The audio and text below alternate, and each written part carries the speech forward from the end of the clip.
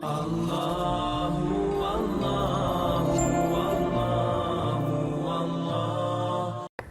pernah melakukan zina dan minuman keras. Bagaimana dengan amal ibadah yang saya lakukan saat ini?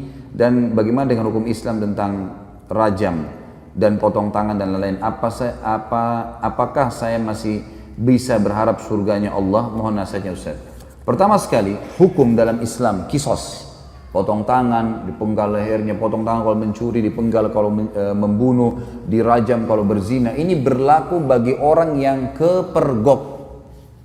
Berlaku bagi orang yang kepergok. Tidak berlaku bagi orang yang antum pernah berzina 5 tahun lalu sekarang sudah taubat. Lalu antum datang kepada seorang ustaz atau kiai, saya sudah berzina, rajam saya. Bukan begitu. Makanya hadis Bukhari yang menjelaskan, seorang wanita pernah datang kepada Nabi SAW dan berkata, ya Rasulullah, saya sudah berzina dan saya hamil dari zina. Dia buat pengakuan. Apa kata Nabi SAW? Kau lagi hamil, pulanglah, melahirkan anak itu.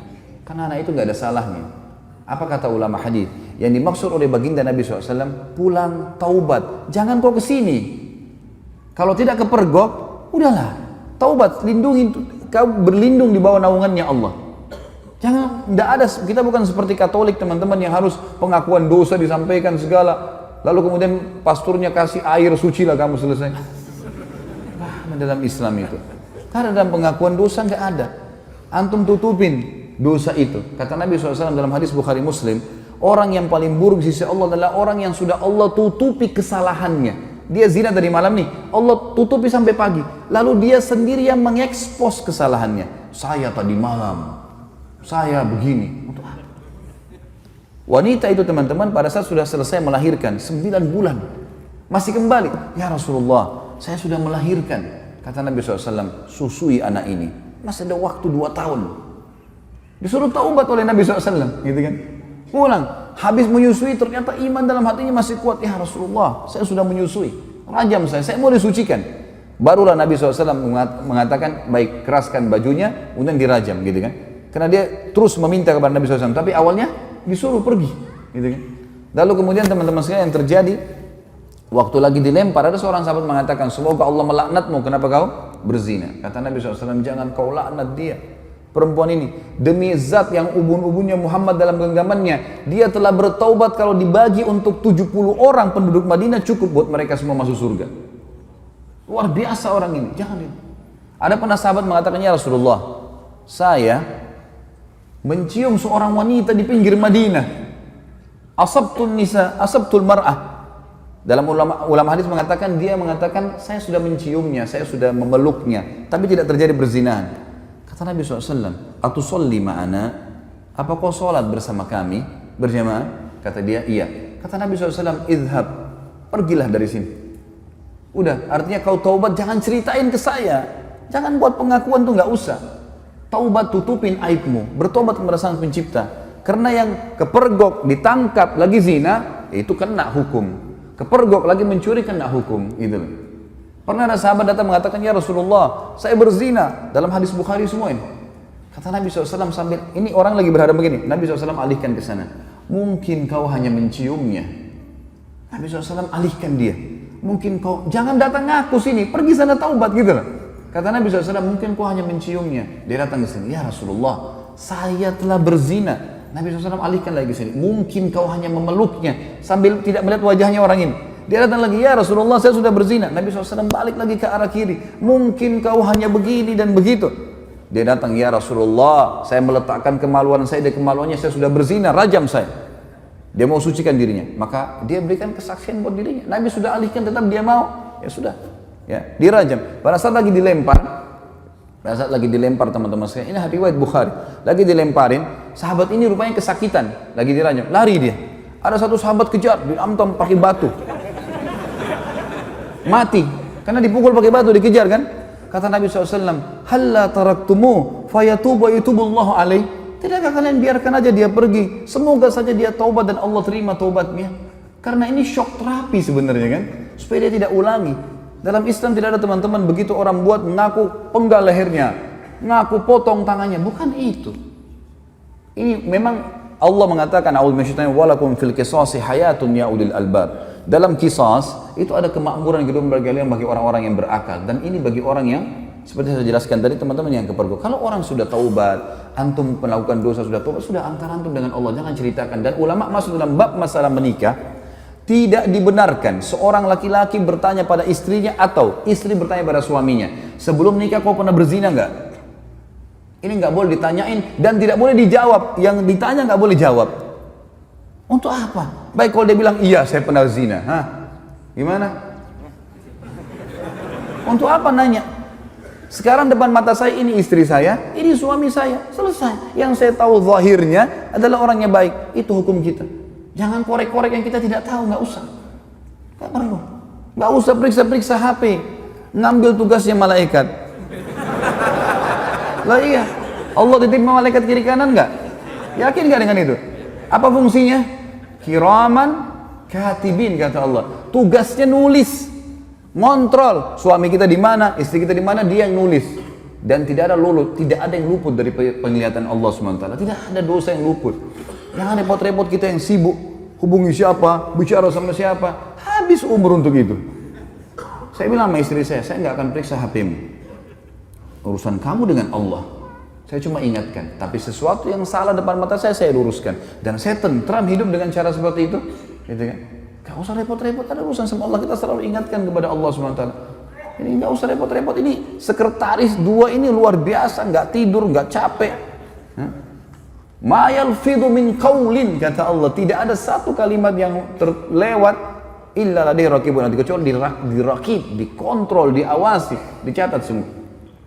Jadi gak ada sesuatu yang membuat harusnya kita melampaui batas, teman-teman sekalian. Jadi seperti itulah hukum syar'i, ya. Dan yang menjatuhkan vonis hukuman qisas hanya pemerintah setempat. Saya tutup teman-teman sekalian dengan perkataan saya.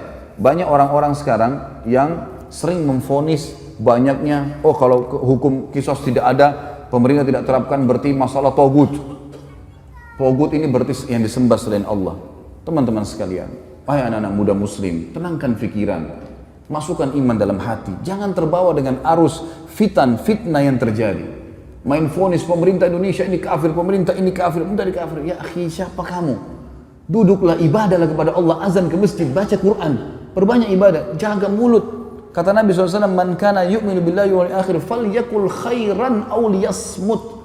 Siapa yang mengaku beriman pada Allah dan akhir, dia cuma ucapkan yang baik, yang dia tahu dan dia tahu bermanfaat buat dia di akhirat, atau dia diam. Jangan ikut campur, nggak usah. Sekarang antum memvonis si fulan tidak benar, si fulan tidak benar. Dari mana ilmu antum tidak benar? Indonesia ini bukan negara Islam. Tapi teman-teman sekalian, berapa presiden kita? 5 atau 6 sebelumnya yang sampai sekarang. Muslim atau bukan?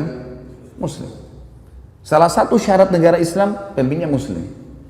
Yang kedua, mayoritas masyarakat Muslim atau bukan? Nah, tinggal yang ketiga syaratnya, terterapkannya hukum Islam. Kan gitu. Baik, pertanyaan di Indonesia, apakah hukum Islam sudah diterapkan? Sudah akhi, sebagian belum. Sekarang begini nanti, ini hukum Islam belum? Bukan duduk di majelis ilmu begini. Takmir masjid, hukum Islam bukan? Azan dikumandangkan, 5 waktu sholat dikumandangkan. Kalau kita Ramadan diiklanin nggak? Baik, kalau kita pergi haji, jemaah haji pergi nggak? Pemerintah buat nggak program haji? Puasa Ramadan, zakat, ada badan zakat nasional, kita bebas. Antum sekarang buat yayasan, kumpulin zakat, sedekahkan, buka rumah anak yatim, buka pesantren. Kita punya pengajian agama, antum nikah dengan cara Islam bukan? Baik, antum cerai Islam. Ada majelis ulama enggak di Indonesia? Teman-teman sekalian, yang belum diterapkan di Indonesia apa? Pencuri potong tangan, ya? Orang berzina dirajam. Ini bagian daripada syariat, bagian, bukan totalitas syariat di situ. Harus kita tenangkan pikiran dan hati kita, teman-teman. Jangan terbawa cuma emosional dan ilmunya kurang, akhirnya kemana-mana nih, gitu kan? Ban mobil kita kalau bannya lagi kempes, tambah angin saja, jalan. Kita enggak, kempes, buang semua mobilnya. Lah iya, langsung menfonis. Teman-teman, manusia semua bisa berbuat salah, punya kekurangan, gitu kan? Tetapi kita mendoakan. Yang saya lihat adalah kita di Saudi misal contoh ya, saya karena pernah tinggal di sana, saya melihat di setiap mimbar hari Jumat, semua khatibnya pasti mendoakan agar pemimpin mereka dapat hidayah.